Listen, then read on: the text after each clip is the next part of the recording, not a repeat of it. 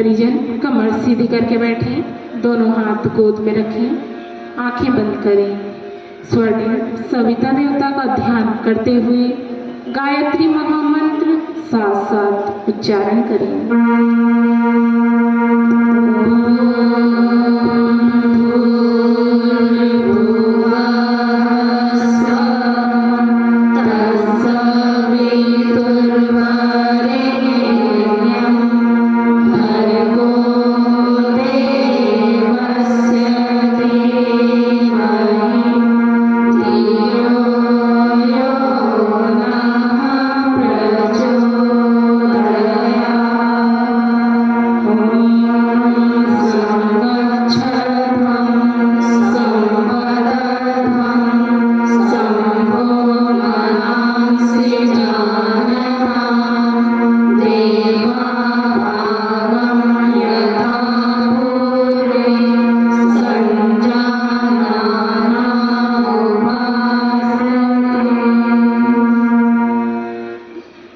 भाइयों बहनों, हमारा भारतवर्ष जगत गुरु बनकर संसार को ज्ञान देता रहा है।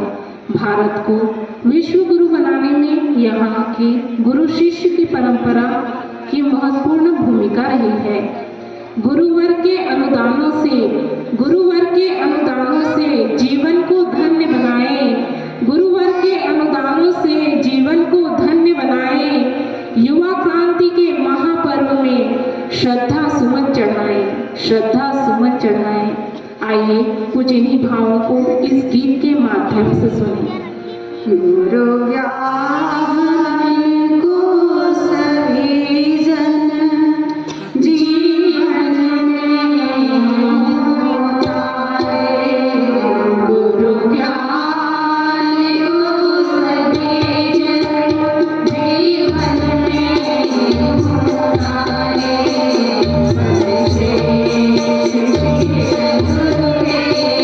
जीवन जगत सवारे।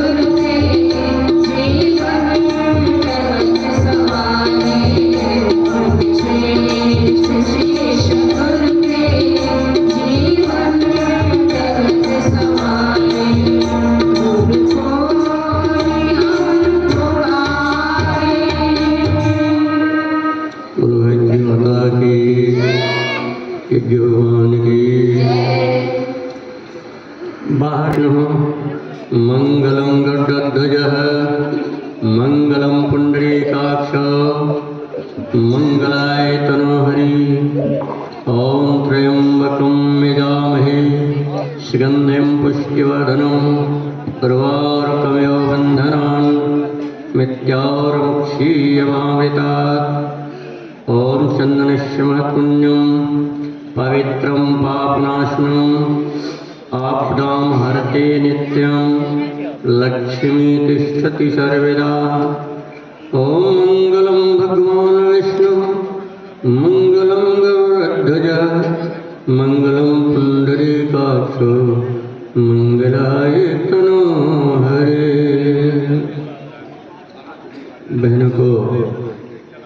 बहनों को ज़्यादा सम्मानित स्वागत किया गया।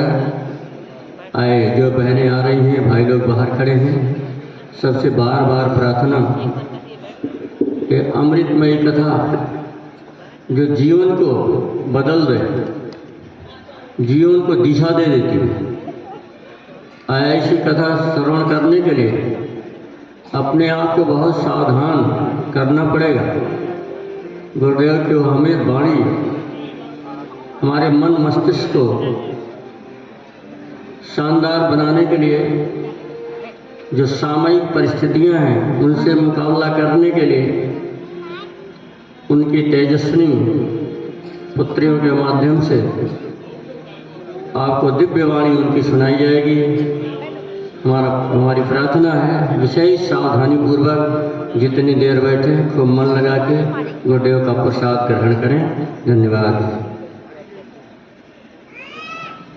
आइए अब हम सब मिलकर उस गुरु सत्ता की वंदना करें जो हमारे माता पिता और मित्र के रूप में है। हम प्रार्थना करते हैं कि हे गुरुवर हमारे मन मंदिर में ज्ञान की ऐसी ज्योति जला दें ताकि हमारा रोम रोम आपका ही नाम पुकारे। आइए कुछ इन्हीं भावों को इस गीत के माध्यम से सुनिए। रोम रोम से निकले गुरुवर नाम तुम्हारा, गुरुवर नाम तुम्हारा। रोम रोम से निकले गुरुवर नाम तुम्हारा, गुरुवर नाम तुम्हारा। ऐसी बात करोगे मैं हो,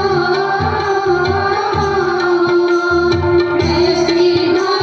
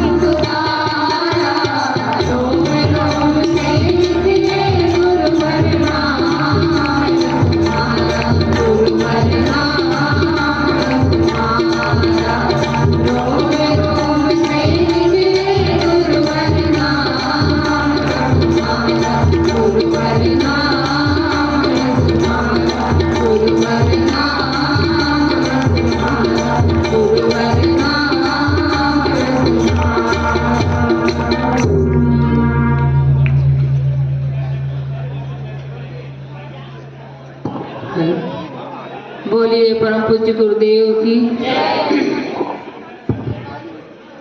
आत्मीय भाइयों, आत्मीय बहनों, मंचासीन हमारी बहनें, अभी की हम इस सायंकालीन कक्षा में जैसा कि अभी आपने गीत सुना, युग ऋषि परम पूज्य गुरुदेव के जीवन के बारे में थोड़ी चर्चा करेंगे और उसके बाद आगे की और भी कक्षाएं, और भी बातें, और भी चर्चाएं होंगी अन्य विषयों को लेकर के।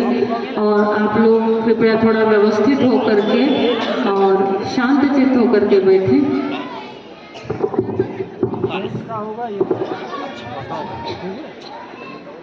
एक बार फिर से शांत मनोभूमि बनाने के लिए गायत्री महामंत्र एक स्वर में उच्चारण करें। ओम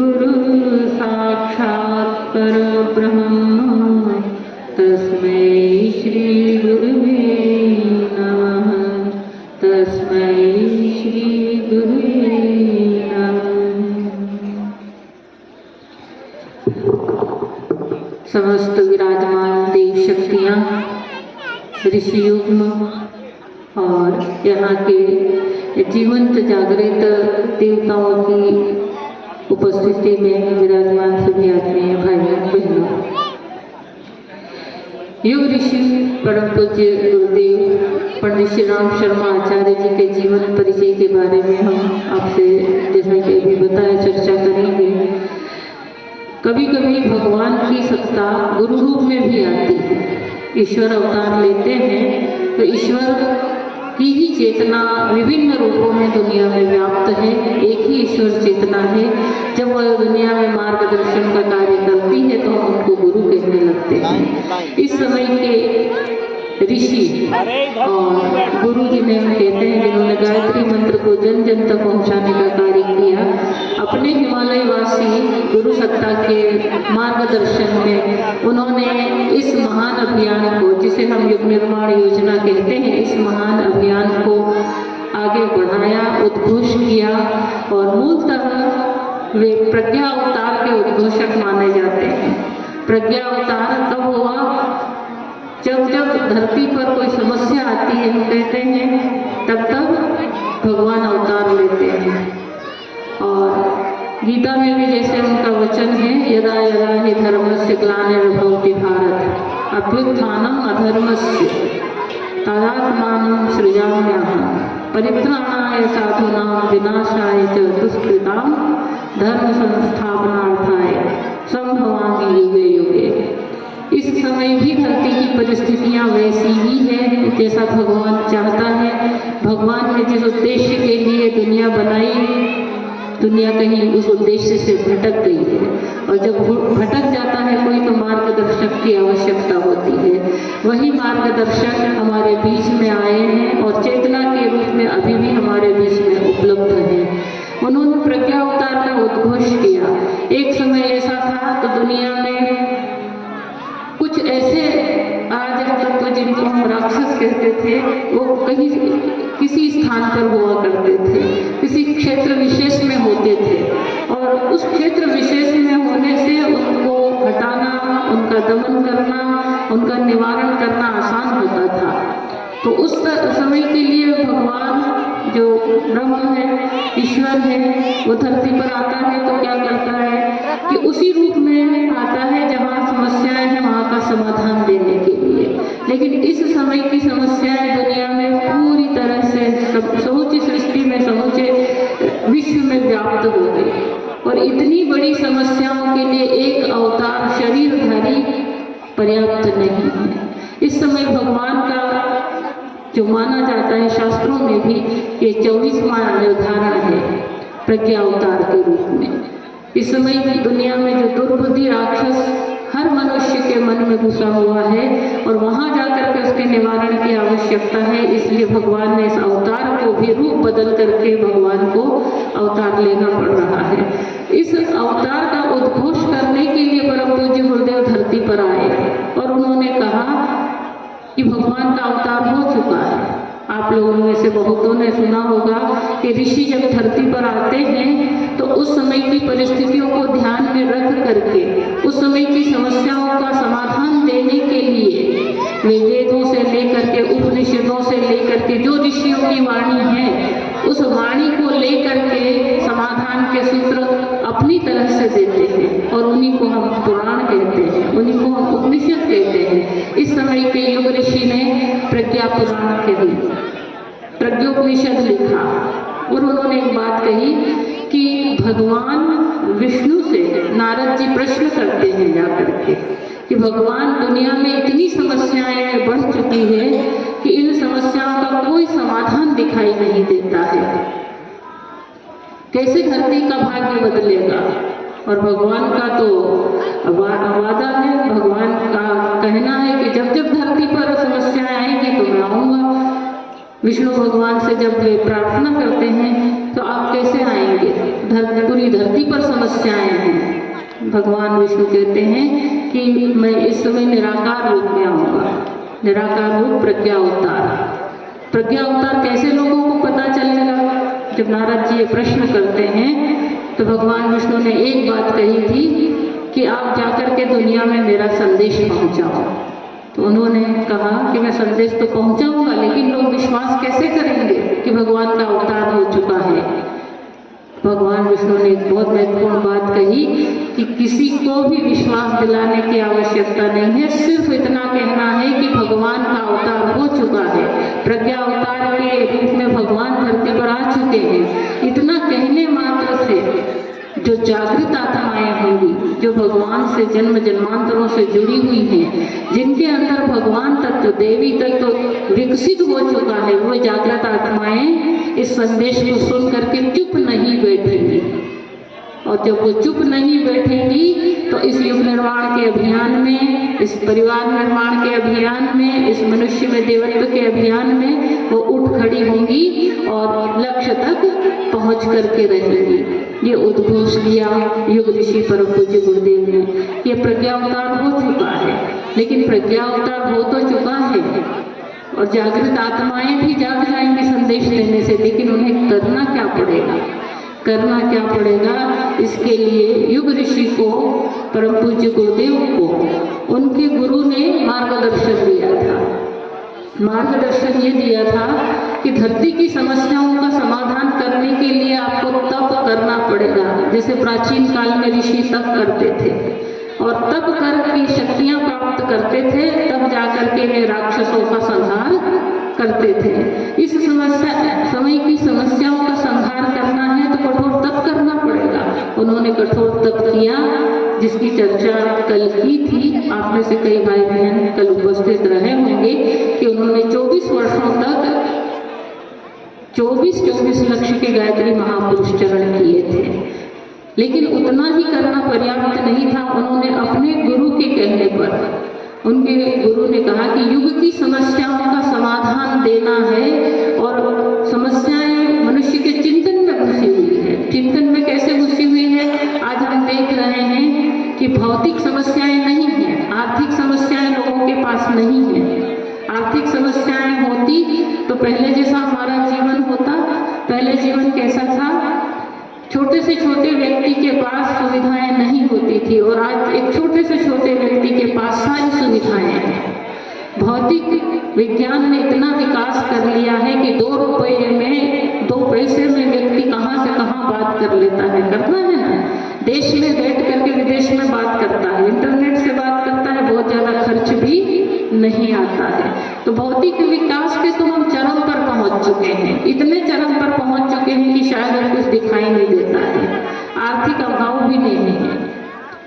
पहले के समय में आप लोगों ने खुद अनुभव किया होगा, आज से 30, 40, 50 साल पहले घरों में कोई सुविधाएं होती नहीं थी। घर भी हमारे आज जैसे होते नहीं थे, लेकिन व्यक्ति सुखी था। और आज समस्याएं भी बढ़ गई हैं, साधन भी बढ़ गए हैं, सुविधाएं भी बढ़ गई हैं, सब कुछ बढ़ता चला जा रहा है। किस तरह से बढ़ता चला जा रहा है? सूरसा के मुंह की तरह।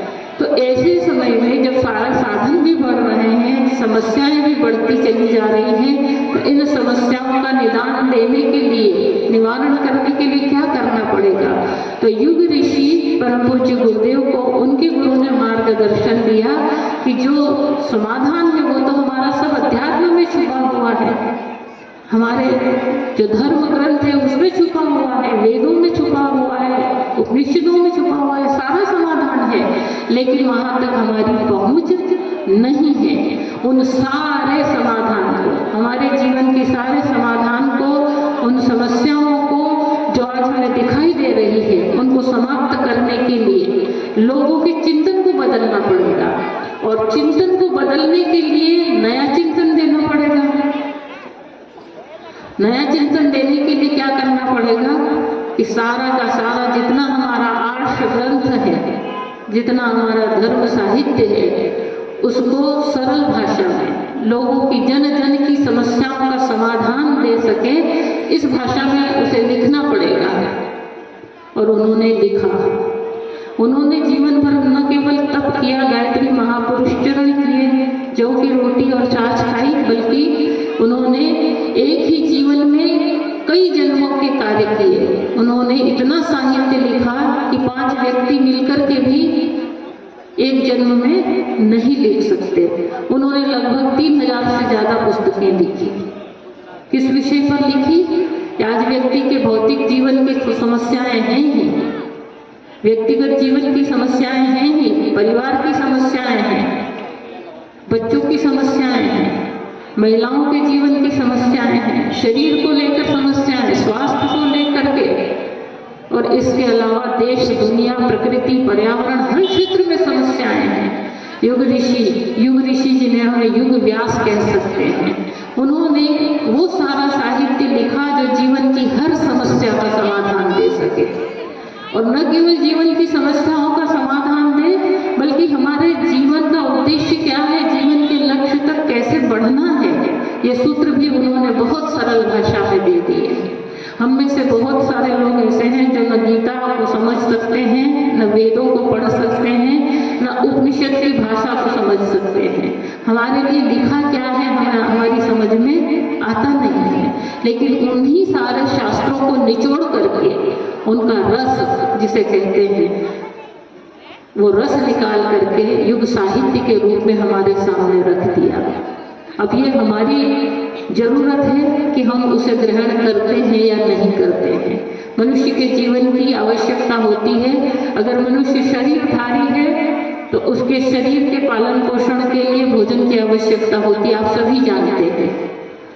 लेकिन हम मनुष्य सिर्फ शरीर नहीं है, ये आप हम सभी जानते हैं। हमारे अंदर मन भी है, हमारा अंतःकरण भी है, और हमारे अंदर वो आत्म तत्व है जो ईश्वर का अंश है। तो हम अंदर तो बहुत कुछ हैं, और उस बहुत कुछ को जागृत करने वाला, उसको सही दिशा देने वाला मनुष्य के पास अगर सबसे बड़ा कोई उपकरण है तो वो मन है। लेकिन मन को कौन भोजन दे, मन को कौन आहार दे? और अगर आहार नहीं मिलता है तो क्या हो जाते हैं? क्या हो जाते हैं?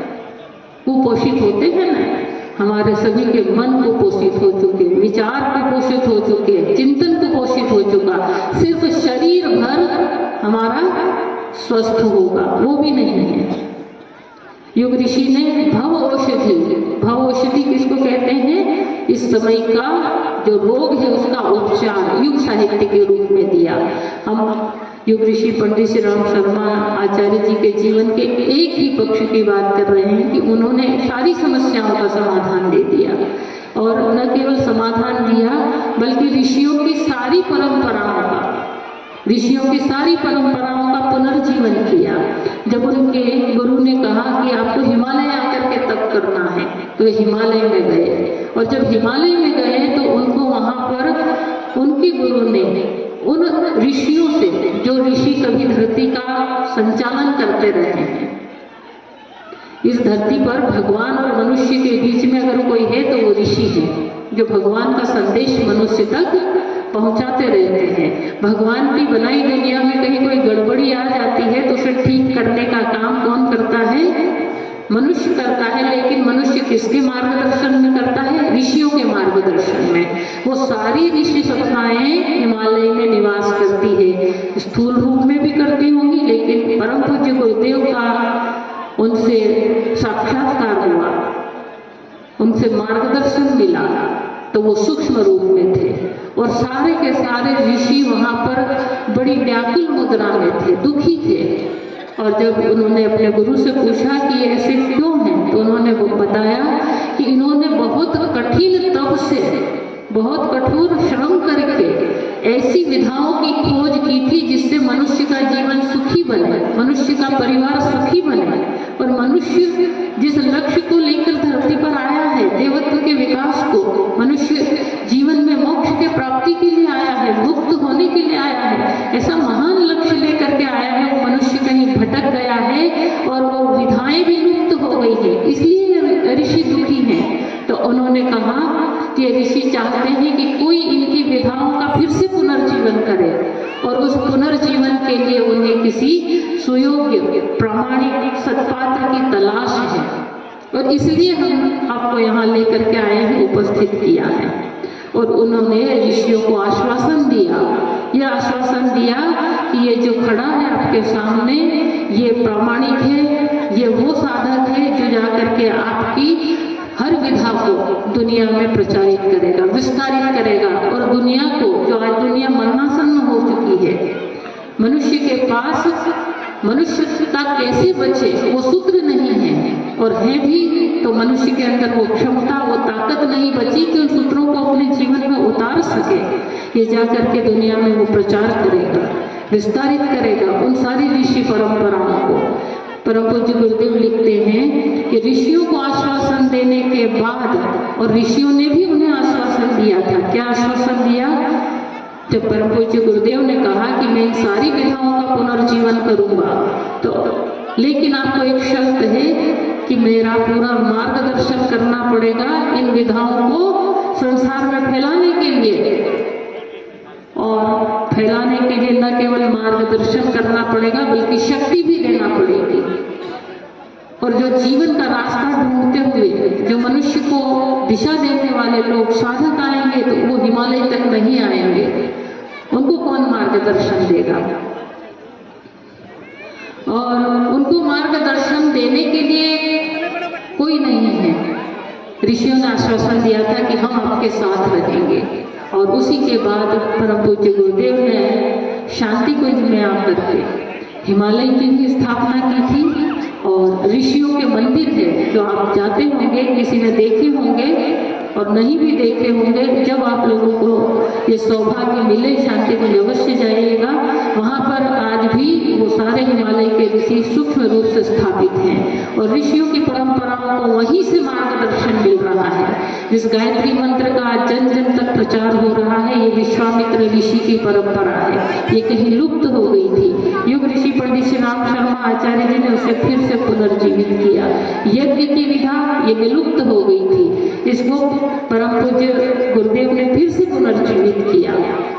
और न केवल ऋषि विश्वामित्र की, याज्ञवल्क्य की और व्यास ऋषि जो दुनिया को मार्गदर्शन दिया, जिन्होंने महाभारत लिखा है, उनकी विधाओं को, बल्कि अनेकों ऋषियों की विधाओं को उन्होंने फिर से दुनिया में फैलाया है। और वो आज भी सारे कार्यक्रम, आज हम जो परिवृज्जा कर रहे हैं, हम बहनें यहाँ आई हैं और हमारे भाई हैं, शांति कुंज से वर्ष भर में सैकड़ों टोलियाँ इस तरह से निकलती है। ये किसकी परंपरा है? ये नारद, महर्षि देवर्षि नारद की परंपरा है कि जन जन तक भगवान का संदेश लेकर के जाना है।